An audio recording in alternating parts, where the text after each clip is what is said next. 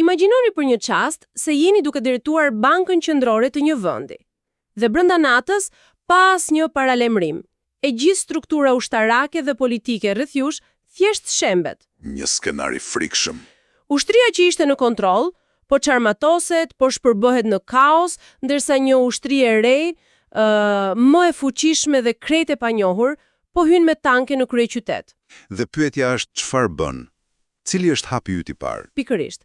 Dhe kjo nuk është një situatë hipotetike.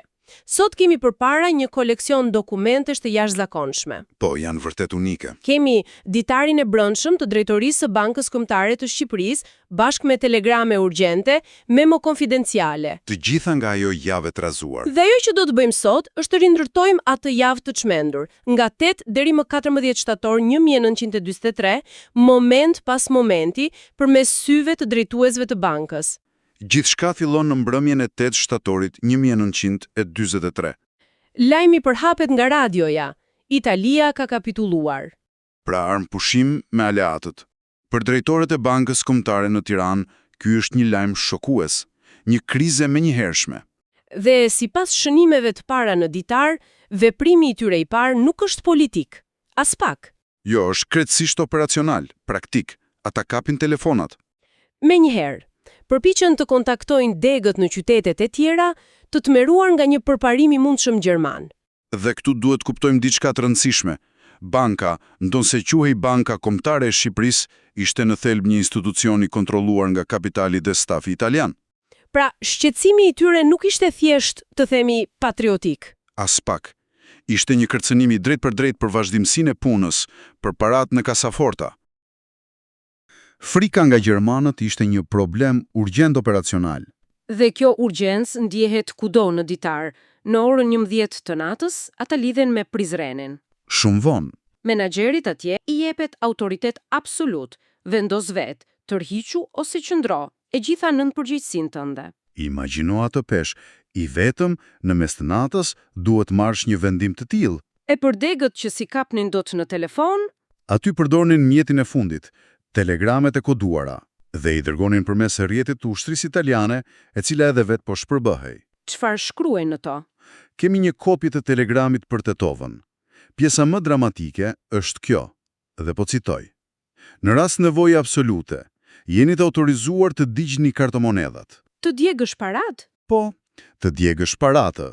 Ky është niveli i krizës. Nuk bëhet fjalë më për të ruajtur vlerën, por për të mos ia lënë armikut. Dhe gjërat lëvizin me një shpejtësi marramense. Të nesërmen pasdite, më 9 shtator, Prizreni, Prishtina, tashmë kanë rënë. Po, në duart e gjermanëve dhe bullgarëve. Çdo komunikim është ndërprer. Dhe kaosi fillon të përhapet kudo. Si një virus. Dega i Durrësit raporton se qyteti është i paralizuar.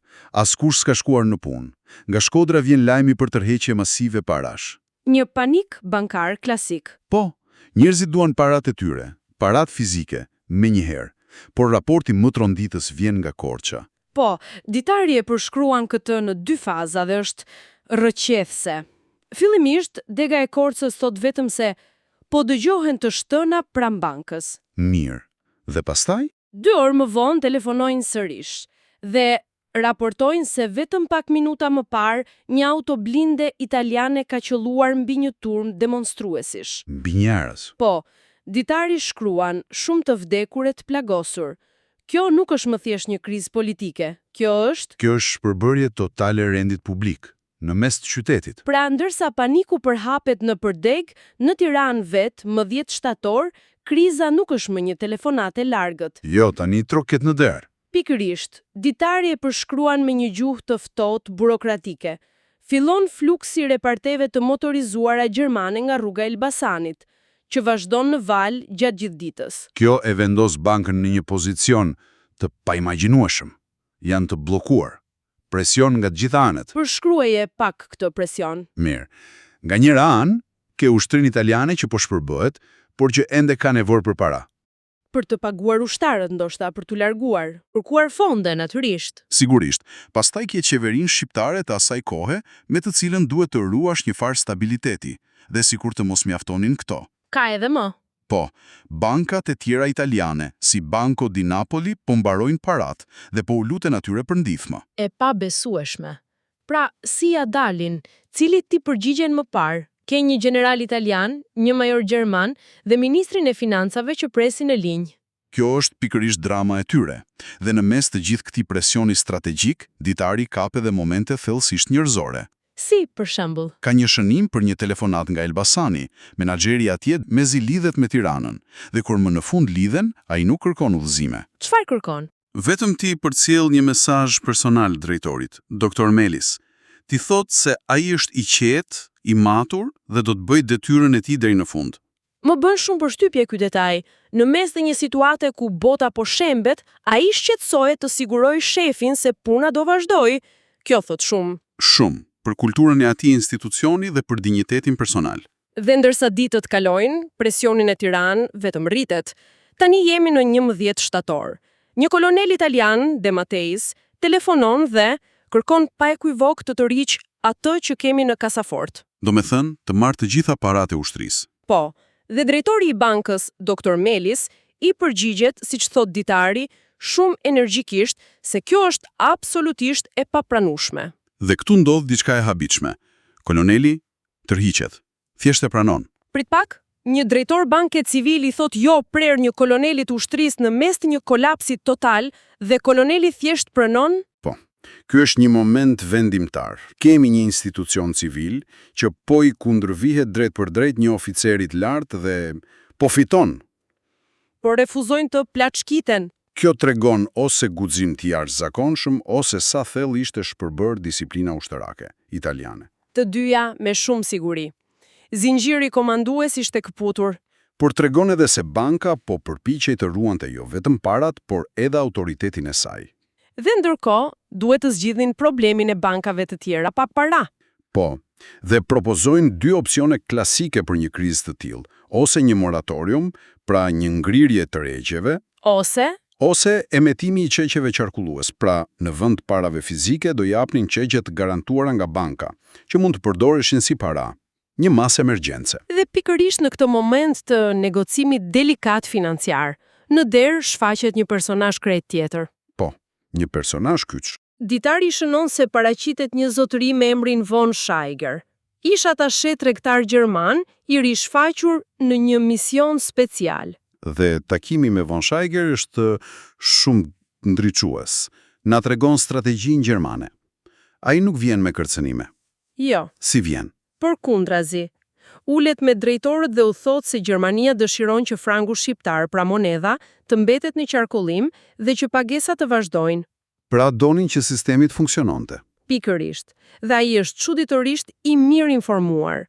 Ai di detaje për rezervat e arit të bankës në Rom dhe madje supozon me korrektësi se ato tashmë duhet jenë sekuestruar nga forcat gjermane atje. Domethënë gjermanët po bënin një lëvizje PR, në vend që të hynin me forcë, dërgojnë një fytyrë të njohur për t'u thënë teknokratëve, kemi nevojë për ju, le të punojmë së bashku. Është një taktikë shumë e sofistikuar dhe na tregon se pushtimi modern nuk ka të bëjë vetëm me kontrollin ushtarak, por me kontrollin e infrastrukturës kritike. Dhe asgjë s'është më kritike se sistemi financiar. Sigurisht, dhe funksionon. Ditari shënon se biseda mbyllet në terma shumë miqësor dhe banka bie dakord të bashkëpunojë. Dhe ja ku historia merr një kthes dramatike. Ndërsa këto takime të nivelit të lartë, pothuajse të qytetëruara, po ndodhin në Tiranë, jashtë, në provincë, realiteti është krejt tjetër. Më 13 shtator në Tiranë bërin lajmi për një tërheqje me forcë nga garnizoni italian në degën e Beratit. Por detajet e blota vinë vetëm të nesërmen, më 14 shtator. Kur një arktar nga Berati arrin të vinë në Teron dhe të rrëfej gjithçka. Dhe rrëfimi i tij është si një sken filmi. Absolutisht, le t'i ndjekim detajet. Mësojmë se partizanët kishin hyrë në Berat të shtunën. Të dielën, në bank shkojnë një major dhe një toger italian. Dhe çfarë kërkojnë? I kërkojnë menaxherit, zotit Fazio, shumën prej 5 milion frangash. Fazio refuzon, thot s'ka bazë ligjore. Dhe këtu situata përshkallëzohet. Majori italian i drejtohet me këto fjalë: na jepni parat, me forcë nëse doni, përndryshe do të jetë shumë vonë. Shumë direkte. Dhe një koleg i Fazios i përgjigjet: nëse doni mund të na vrisni. guximi pa shoq. Por përgjigja e majorit është edhe më reqetëse. Ai thotë se nuk do t'i vriste, por do t'i kishte, dhe këtu dietari citon fjalën sakta në italisht, allegati come tanti salami. Lidhur si ca salama. Po, më fal, por kjo është një nga kërcënimet më brutale dhe njëkohësisht më rrithkeshjen italiane që kam dëgjuar. Është një imazh i tmerrshëm apo jo, por kap në mënyrë perfekte atmosferën. Ligji ka ikur, ka mbetur vetëm forca brutale dhe me sa duket metaforat kulinare. Dhe përballë kësaj, Fazio dorëzohet? Natyrisht. Ai hap kasafortën. Ushtria merr pothuajse të gjitha parat, duke lënë vetëm 16.000 franga. Dhe si për të shtuar fyerjen mbi dëmin, pasi mbaron gjithçka, majori komenton me sarkazëm se kishte bërë një goditje të bukur ndaj bankës. Ky incident në Berat është një mikrokozmos i gjithë kaosit. Ai tregon në miniatur gjithçka. Ushtria që grabit institucionet e veta, oficerët që kërcënojnë civilët. Dhe shpërbërja e çdo autoriteti? Po. Më vonë, komandanti i garnizonit dërgon një letër ku përpiqet të justifikohet, dhe justifikimi është po aq tregues sa vetë grabitja. Cilat ishin arsyet e tij? 2 arsye. E para, pragmatizmi i zhveshur. Kishin mbetur pa para dhe pa ushqime. Ai thotë se kasapi i qytetit refuzonte t'u jepte mish me kredi. Pra, mbijetesë pastër. Po, por arsyeja e dytë është strategjike. Ata morën parat për këta parandaluar që ato të binin në duart e partizanëve, të cilët ishin tashmë në qytet. Pra në mendjen e tyre ata nuk po vithnin, po kryenin një veprim parandalues.